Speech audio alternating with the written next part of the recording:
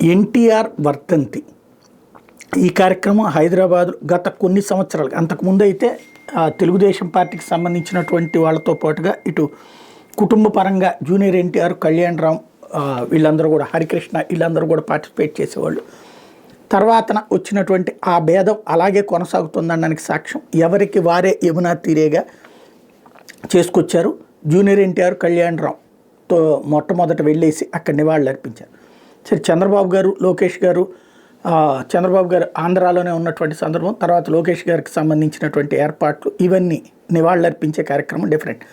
హైదరాబాదులో మొట్టమొదటి కట్టినటువంటి ఆ ప్రదేశం దగ్గర అటు లక్ష్మీపార్వతి కూడా వెళ్ళి నివాళులు అర్పించడం ప్రతిసారి అంటే వాస్తవంగా అన్నగారి కుటుంబం అనేటటువంటి దాంట్లో ఉన్న ఆ పొరపుచ్చాలైతే పరిష్కరించుకోలేకపోతున్నారు. అది యాక్సెప్టెన్సీ. జూనియర్ ఎన్టీఆర్ని, కళ్యాణ్ రామ్ని, అంటే జూనియర్ ఎన్టీఆర్ కళ్యాణ్ రామ్ని యాక్సెప్ట్ చేస్తారు కానీ జూనియర్ ఎన్టీఆర్ని యాక్సెప్ట్ చేయరు. జూనియర్ ఎన్టీఆర్కి అండగా కళ్యాణ్ రామ్ తోడుంటున్నటువంటి పరిస్థితి. కాబట్టి ఈ ఇద్దరు ఒక్కటిగా ఉంటున్నారు.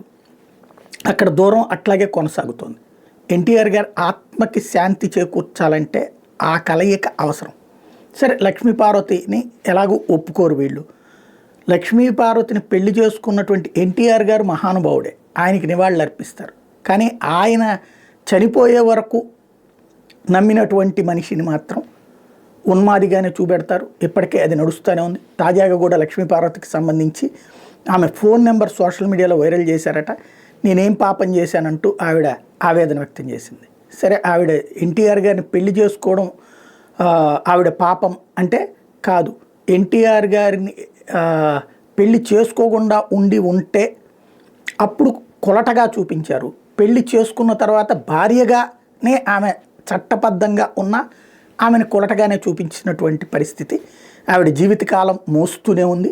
ఈ విషయాలు సరే జనం కూడా లైట్గానే తీసుకుంటున్నారు, అది వ్యక్తిగత విషయాలుగానే తీసుకుంటున్నారు అన్నటువంటిదే ధైర్యం.